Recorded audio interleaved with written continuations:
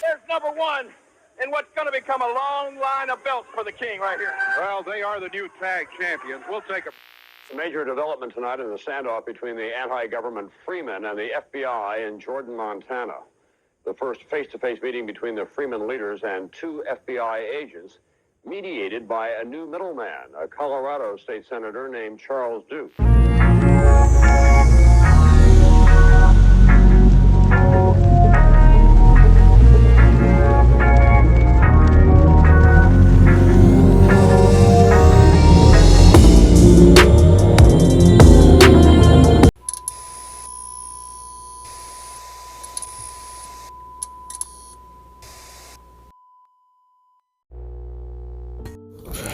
Back again for another topic, another one straight off the hip. It's just a thought. Let's see how far we can take it into a video. But today's topic will be about what a woman values. And I'm going to contrast this with if she values you. Right. All right. So value could mean many different things. Well, let me not say that. Value means one specific thing. It's something that an individual finds to be of high importance. It's something that is coveted after, that is protected, something that is a priority, something of high interest. This is simply what the word value means in many different ways. When someone values something, it's very evident a lot of times. It is very evident. It's very evident in the way that they move, the way that they talk about it, the way that they discuss it, the way that they protect it. You know, it's done with action. It's not something that is just, oh, well, I value this and, yeah, I just value it. Like, I'm not going to take care of it. I'm not going to protect it. I'm not going to do anything for it. Something that they value, right? This is how they show it. They show the value of something. But this is about what women value. What women value. And it's unfortunate that a lot of society, especially in regards to the programming that women have, has taught women that they should value things that have no value. That's the crazy part. But nonetheless, they value these things regardless. I'm not going to get into that real quick. I'm gonna, spread it out a little bit. But the things that women value these days, I don't know. They value their looks, which I understand that, but looks go away. A lot of women value things that are perishable. Simply put, they're perishable, or they're very fleeting, to include their emotions. They value their emotions because these are the things that they have been taught to value. It's not just a psychological thing or a social thing. It's something that has been impressed upon them. They value their hair, or they value their external appearance, their nails, their, clothes, and all these things. They value things, once again, that are very perishable, meaning that they go away. And it's also very unfortunate, especially with the BW. They value a lot of these things more than they value things such as their children, which are not perishable. They are perishable in the sense that they are not eternal. But when I'm talking about perishable, I mean that it's probably good for a couple of weeks and it's gone. You know what I'm saying? Or it's good for a couple of years and it's gone. Or the inherent value of it has changed dramatically over the years. Simply liabilities. That's all they are. The difference of gun and butter, right? Guns and butter. That's the difference. They value the butter, right? They don't value the guns at all. They value the butter over the guns, put it that way. But it's unfortunate, but that's just the way it is. Now, how this is contrasting to her valuing you as a man. This is something that I've done over the years for many different women, and it's been various things before. I talk about this a little bit on my other channel, but I think I can talk about it in such a way that it is not dominant and submissive driven. Because I don't like to discuss that stuff over here. I have a different audience, of course. Speaking of which, I need to upload some more videos. I have recorded stuff for that. I just have not uploaded because I've been trying to put together a very nice intro for that channel, and I kind of want to debut it as a refreshing of the channel instead of the same old thing once and over again. But anyway, that's another discussion again. But how does a woman value you in contrast to what she values that isn't you?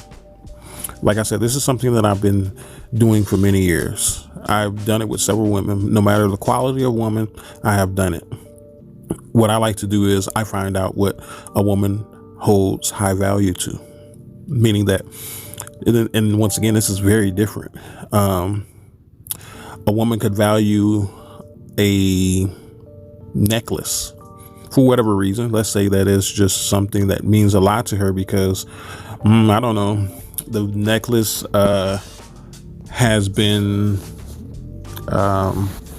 through a lot with her. Not necessarily that it's been passed down or it was someone's given someone a dead relative gave it to her or anything like that. It's just that she values it, just the necklace. There's nothing inherently special about it, but she values it. And it could be plastic. Women value a lot of things that, like I said, that's just kind of like, you raise your eyebrow at. But this is just an example.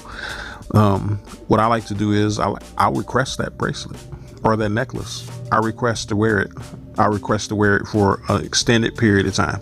I won't request it for my own ownership, but I will request to wear it. Why would I do that? Why would I request to wear a woman's highly coveted, prized, protected, highly spoken of item, necklace? Why would I do that? Because any woman that I deal with, this is what they have to do. I'm the type of person that if I like to find out what a woman values. And I like to have a woman invest. I also like to have a woman sacrifice. By doing this, I essentially knock out three things at once because I'm finding out how much she wants to invest into this relationship. I'm finding out how much she values me as well. And I'm finding out what she is willing to sacrifice. All in this one act. Now, people would say, oh, that's a little malicious, that's playing games, this and that. Well, not really, because my method is based on intent for purpose. It's not based on, I just want to see if I can get a rise out of this person or I want to see how far I can take things. No, this is actually for a reason. It's because women largely operate in a sense where they are manipulators. They are manipulators. Women operate largely in a sense where they are the center of their world as well. They can't really, a lot of women can't put anything else at the center of their existence because everything is looking inward, instead of looking outward for them. And then it's a superficial inward, right? It's not like they're digging deep. It's just that they're addicted to instant gratification. How else can I put it? So they're looking to gratify this primal urge, the primal urges that they do have. Hold on, I'm gonna move my phone a little bit, make sure that the volume is good. Not using my mic today. Oh geez. Okay. So anyway, they have been taught socially to get as much as they can, as fast as they can, without giving the least amount of effort possible. And my methods, they ward against these type of things. Like I said, I don't do any of these things to be malicious. I don't do any of these things to be mean. But women like to give shit tests. They do. And I fail a lot of them. purposely. Not, well, I guess not purposely. I'm not looking to fail anything, but I don't care enough to pass their tests in order to give it any validity of whether I should pass it or not. I don't care. I am who I am. I don't pass or fail tests based upon who I am or based upon what I'm trying to accomplish. I pass or fail tests based on where I rest at. Period. If they don't like it, they can bounce. I'm me. I'm not really changing. It's not going to happen. I will improve things about myself, especially when it comes to constructive criticism, but I'm not changing something that I know is right. I'm not going to do that. Sorry. But and a lot of women who have dealt with me get very frustrated by this because, of course, women come in to interior decorate a man. Right? They want to move the couch over here in your mind. They want to move the dresser over there in your mind. You know, they don't like this part about us, your personality, so they want to get rid of that and replace it with this kind of mirror. And like, no, I'm not a room that you can interior design. Sorry, these are permanent fixtures. They're nailed to the ground. But anyways, when it comes to my method and that I employ, it is geared towards, oh geez, everything's buzzing. Let me fix myself. It is geared towards essentially getting rid of the bullshitters. that's what it's meant to do. And actually placing me where I'm supposed to be in this woman's life. And it's supposed to be at the highest level of importance, not the highest of importance, but the highest level of importance. Because I do wish for women to have a spiritual connection with something greater than myself that I have the same connection with. So I will not request that from a woman ever. That's never been my thing. I have three things that I will not request from a woman. I won't request anything immoral. I will not request anything illegal, and I will not request anything dangerous. That is my grounds for the parameters that I use for the things that I request for women. If they get close to that, I won't request those things. I'll find something else. And usually it's very easy to find something else. All you have to do is really pay attention to women. And I think this will be difficult for a lot of men because y'all don't like paying attention to women for whatever reason. I do. But, you know, I've had women tell me before, oh, you don't pay attention to me. You know, if you paid attention to me, you would do this, you would do that. Oh, no, I pay attention. I just don't care to change in the way that you want me to. No, I pay attention. I totally understand where you're coming from, believe me. But it doesn't appeal to me in what I consider my purpose. So I won't give it any much entertainment, if any at all. But anyways, you know, I won't request these things from women if they fall in those three categories. But why should you do this? Because women only exchange things of value for things of value, period. And this is very subjective once again, because remember, they value things that have no value. But the thing of it is, you are not a subjective person. You are not subjective, meaning that you are objectively an individual, meaning that you can't change, metamorphose yourself into three people. Like, you can't do that. You're individually one person. So objectively, you exist as an individual, right? I want to see if a woman will exchange what she thinks is very important to her, very valuable to her, for me. Why? Why would I do this? Well, it should be very, very, very obvious why I would do this. It's because I want to see if she has the ability to put me as one of the most valuable things in her life. That's the sacrifice that I'm looking for. Anything less than this, I don't like entertaining. I swear I don't. You know, I have, you know, because sometimes you have to build that rapport with a woman in order for her to understand who exactly you are. I don't take it too far. You know, I'm definitely not selling myself, you know, but we say Rolls Royce doesn't advertise to people, but it has a reputation. right? It has a reputation. It didn't get this reputation by not being personable to the industry, right? It is personable to the industry. That's how it's got its reputation. So while it doesn't advertise to sell itself, it also doesn't think of itself so distant from the automotive industry that it is alienated itself because of its status, right? I don't do that as an individual. So I do take some ability to be personable, right? Because you have to, we're all human. I'm not going to sit here and say that just because I understand and I have leadership and all these other attributes that I am somehow much better at being a person than you are. I'm not. And that's where I meet people at, regardless of who you are, male or female. But nonetheless, I get a woman to sacrifice this because I want to see how much she actually values me. I want to see how much she values me. If she is willing to sacrifice things that she holds near to her, a lot of times, once again, I ask them to sacrifice things that are not valuable. They're not inherently valuable. They're sentiments. They're outward pleasantries. Their primal desires. These things, right? And I'll get them to sacrifice these things because I know that in the sacrifice, I know in the sacrificing of these things, not much will be lost. As a part of their being in existence. I understand this. So I will get you to sacrifice these things. I've had women sacrifice their own autonomy. Now, people would say that is immoral. I don't think so.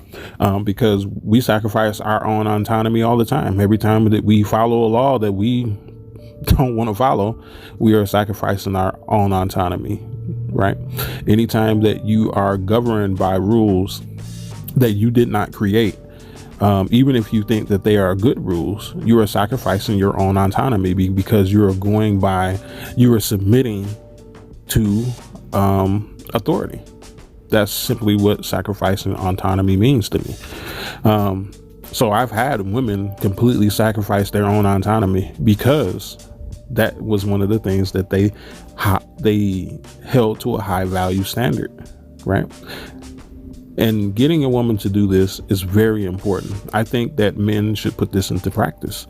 I think that you should strive to learn a woman, figure out what makes her tick, figure out what she finds important. Don't ask her to sacrifice her kids. Don't ask her to sacrifice her family. Don't ask her to sacrifice. I mean, you can. I don't go that far. And I can't promise your results. I can tell you that. I can't promise your results. I mean, but you can, I guess, it's your prerogative, right? But I've asked, a lot of things of women to sacrifice. I asked them to sacrifice their time because they value their time very much. I asked them to sacrifice, sometimes even their job. And I'm not saying like, I'm going to tell you to quit your job. No, I'm going to say something along the lines of, I know that you like working a lot, but I need you to take a day off from me. Right. And let's see if she does it. And this is, once again, it's not playing games to me. A lot of people say, oh, you're just playing games. You're just playing with people. No. I need to see how much you're willing to sacrifice for me. I need to see your investment because this is an investment. Sacrifice is an investment. Anytime that you sacrifice something, you are investing. Even if you sacrifice your life, you invested your life into someone else's existence, right? That's how it works. That's why I made the video of There's No Such Thing as Selflessness, one of my earlier videos, because you can sacrifice, but there is a component in sacrificing yourself that is very selfish. It's very selfish, but it's driven by your own willpower and complete giving up of anything tangible for yourself. right? That's what selflessness is. So I have a good grasp on selflessness. I know the inner workings of it. It doesn't really exist, but it does to a certain standard. It's kind of one of those metaphysical things again. But anyways, when it comes to a woman's sacrifice, this is her investment. She's investing her willpower into this because she is going against something that she values. She values it. Let's go back to the necklace. If she gives me the necklace that she holds very dear to herself, then I understand that she values me more than she values that necklace. That's simply what I'm trying to ascertain, what I'm trying to figure out pretty much. I'm trying to figure out how much she is willing to give up for the existence of me in her life, because there will be a time where she's going to have to make this decision again. But this time it won't be curated by myself. It won't be orchestrated by myself, because this is life. Things just happen, right? And there will be a time where you're made to sacrifice certain things for other things. And I don't want to be on the chopping block for something lesser than what I know myself of value to be. So I will go for those high value things that a woman has. But anyway, I thought this was a good conversation to have, something to put on the table, because it seems that, and here's another thing. So women are very slick. They're intelligent, even though they have childlike, tendencies to them. They're very intelligent individuals, and they will play the game. I wouldn't necessarily tell a woman that this is what you're going to do, because she will sacrifice things that that have no value to her, including her body. Some women do not value their body. Period. They don't. That's just the truth of it. And a lot of men think that just because a woman gives up her body, that this is a sacrifice that she is making in high value, right? In exchange for herself, for you, right? That's not, no. Because even if a woman cooks and cleans, even if a woman irons and washes windows and take care of kids, have children, it can be anything. Just like it can be anything that a woman has value in, there are a lot of things that women do not have value in. Like, for instance, like I was saying earlier, women value things that they shouldn't, that have no value at all. So what makes you think that if a woman has the ability to value things that have no value, that she doesn't have the ability to not value things that are actually valuable? So you got to be careful about that. Don't think that just because a woman is sacrificing all this stuff that she's putting up on the table, because remember, I made that video the other day. What a woman brings to the table, may not be valuable if it doesn't have any control to the person that she's sacrificing it to, right?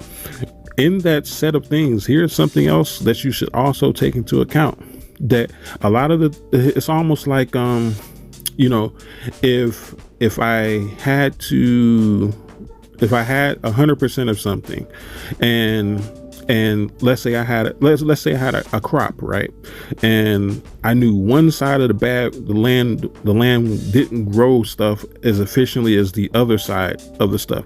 And the government came and said, we need to take, half of your crops. What side of the crops do you think I'm going to give up? I'm going to give up the side of the crops that aren't growing that well. I'm not going to give them the top cream of the crop of my stuff if I had to give up something. So you have to look at this like, this is how women think about things. Just because she's willing to do all these things up front doesn't necessarily mean that she's valuing them to the extent that she should in regards to giving them to you as you yourself being a high valuable person. Right? She could sacrifice, once again, her body. What happens if she sacrifices her body and she doesn't value her body? And you take that and you say, oh yeah, she made an investment. You're going to look like an idiot down the road when she actually has to sacrifice something of value versus you. She's going to sacrifice you, buddy. Don't think she ain't. This is why it's important to figure out and learn a woman, because then you get to figure out exactly how much she is willing to put on the line for you. because we need to reverse all this stuff that's happened, right? How do we end up where there was a lot of women that were going against the slave revolts? There was a lot of women who told and got men into bad situations. There was a lot of women who actually sold us out for a spot in the big house. This was a common thing back then. So our women have been very treacherous to us for a very long time. We need to rebalance this. You need to sacrifice. You know what I'm saying? As the woman listening to this, you need to sacrifice with a man like me. You need to sacrifice. You need to show me your dedication. You need to show me your allegiance. You need to show me that you value me more than white supremacy. You need to show me that you value me more than the social programming. Once again, these things have no value. I do. But anyways, like, comment, and share. Check me out on Facebook. Check me out on Patreon. But until next time, this has been the Wolf and Beta Close. May you have you know what it is? May you have a good day. And peace be with you.